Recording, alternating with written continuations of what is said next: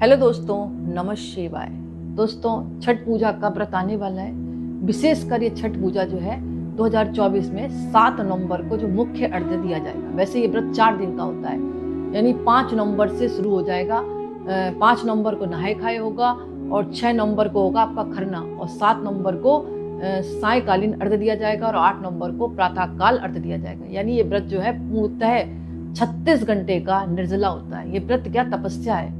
ये अपने परिवार की खुशहाली, सुख समृद्धि के लिए और संतान की दीर्घायु के लिए, अखंड सौभाग्य के लिए व्रत रखा जाता है। तो आज मैं आपको बताऊंगी सबसे पहले इन व्रतों के बारे में कि किन्होंने व्रत रखा था। कहानियां अनेक प्रचलित हैं। एक कथा यह भी आती है कि जब पांडव जुए में अपना सारा राजपाट हार गए थे तो द्रौपदी ने छठ का व्रत रखा था।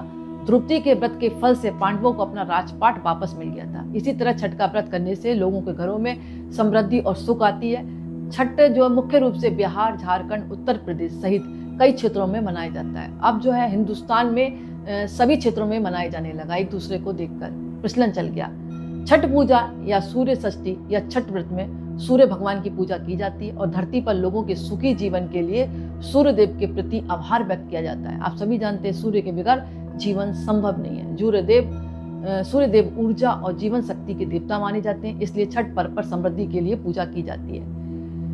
सूर्य की पूजा से विभिन्न बीमारियों का इलाज होता है। सूर्य पूजा के साथ स्नान भी किया जाता है, इससे कुष्ठ रोग जैसे गंभीर रोग भी दूर हो जाते हैं। एक पौराणिक कथा के अनुसार यह भी कहा जाता है कि लंका विजय के बाद राम राज्य की स्थापना के लिए कार्तिक शुक्ल षष्ठी को भगवान राम और माता सीता ने भी उपवास किया था, सूर्यदेव की आराधना की थी और सप्तमी को सूर्योदय के समय पुनः अनुष्ठान करके सूर्यदेव से आशीर्वाद प्राप्त किया था। यानी मान्यताएं तो अनेक है। एक मान्यता और भी आती है महाभारत काल की कि सबसे पहले सूर्य पुत्र कर्ण ने सूर्यदेव की पूजा करना चालू किया था। कर्ण भगवान सूर्य के परम भक्त थे। वे प्रतिदिन पानी में खड़े रहते थे, कमर तक के पानी में, और सूर्य भगवान को अर्घ्य दिया करते थे। यानी बहुत कहते हैं ना, बहुत मतलब अच्छे भक्त थे, परम भक्त थे और वो महान योद्धा भी थे। तब से भी कहा जाता है कि आज भी जो है छठ का व्रत जो है उन्हीं को देखकर ही पूजा का प्रचलन चालू हुआ।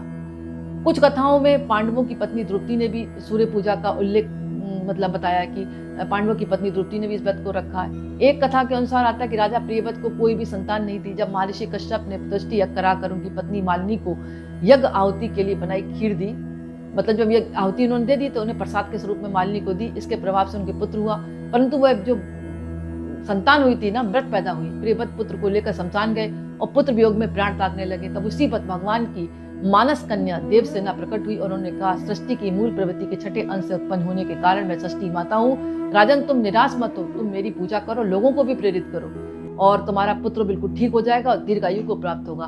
तब से कहा जाता है लोग जो है सूर्य षष्ठी का व्रत रखते हैं संतान की दीर्घायु के लिए, जिनके संतान ने संतान प्राप्ति के लिए किया जाता है। दोस्तों, यहाँ पर मैं बात बताऊंगी जिनकी जन्म कुंडली में सूर्य ग्रह की स्थिति थोड़ी सी कमजोर है, क्योंकि सूर्य आत्मा का कारक है। शरीर में आत्मा तभी शरीर चलता है। तो आत्मविश्वास बढ़ाने के लिए आप इस दिन सूर्य को अर्घ्य जरूर दें, अगर व्रत रख रहे हैं तो भी और नहीं रख रहे हैं तो भी। और इस दिन गुड़ का दान करें। घर से जब निकल रहे हैं तो कुछ गुड़ खाकर पानी पीकर निकले। और गेहूं है, गुड़ है, इन चीजों का अगर दान करते हैं तो आपका सूर्य ग्रह प्रबल होता है, मजबूत होता है। इसके अलावा जो है इस दिन जो पूजा करें, लाल वस्त्र पहनकर पड़े, तांबे के बर्तन से अर्घ्य दें, कोई भी लोटा हो तांबे का उससे अर्घ्य दें। और जो है अगर आपके घर में पिता है उनकी सेवा जरूर करें आज के दिन, क्योंकि पिता का कार्य भी सूर्य है। आप पूजा तो कर रहे हैं लेकिन पिता की तरफ ध्यान नहीं दे रहे, तो वो पूजा का फल आपको प्राप्त नहीं होगा। अगर पिता नहीं है तो पिता की एज के समान दादाजी हो, बाबा हो या नाना हो, कोई भी उनकी सेवा करें, आपको वही पुण्य की प्राप्ति होगी। मेरा कहने का मतलब है सूर्य आराधना आप करें 4 दिनों की, क्योंकि कठिन तपस्या है। और अगर व्रत नहीं रख सकते तो अपने बड़ों की सेवा करें। अगर ये भी नहीं कर सकते तो जो लोग व्रत रख रहे हैं उनकी जाकर सेवा करें, क्योंकि वो व्रत निर्जला रखते हैं। और निर्जला में कितनी, आपको पता है कितनी कठिन तपस्या होती है। पूरा साफ सफाई का ध्यान रखना पड़ता है। जो व्रती महिलाएं हैं वो स्नान करने के बाद 36 घंटे तक पानी नहीं पीती और मिट्टी का चूल्हा बनाकर या अच्छे साफ चूल्हे पर भोजन बनाती हैं। उन्हीं के हाथ का भोजन का जो प्रसाद बनता है वो शुद्धता का प्रतीक माना जाता है। और इस पूजा में लहसुन प्याज पूर्णतः वर्जित है। कुल मिलाकर ये व्रत जो है जीवन की खुशहाली, अखंड सौभाग्य के लिए, संतान की उत्पत्ति के लिए व्रत रखा जाता है। तो अभी हाल ही में आ रहा है 4 दिवसीय व्रत है। अगर आप 4 दिन नहीं रह पाते तो जो व्रती महिलाएं हैं या व्रती पुरुष हैं उनकी आप सेवा करें, उनकी हेल्प करें जाकर। और इसका प्रसाद कहा जाता है छठ की पूजा का मांग कर खाना चाहिए। अगर कोई नहीं दे रहा तो आप मांग कर खाएं, तो आपको पुण्य की प्राप्ति होगी, उनको देखने से पुण्य की प्राप्ति होगी। और जिस घाट पर जा रहे हैं आप पूजा करने जा रहे हैं, वहां की भी शुद्धता का ध्यान रखें, क्योंकि इस दिन काफी शुद्धता का ध्यान रखा जाता है, क्योंकि ये सदिष्ट देवता है। सूर्य भगवान कोई ऐसे देवता नहीं है, इनसे ही हमें जीवन मिला है। जब ये उदय होते हैं तब दिन का सवेरा होता है, एक दिन में उदय होना बंद कर दें तो आपका जीवन कहाँ से शुरुआत होगा।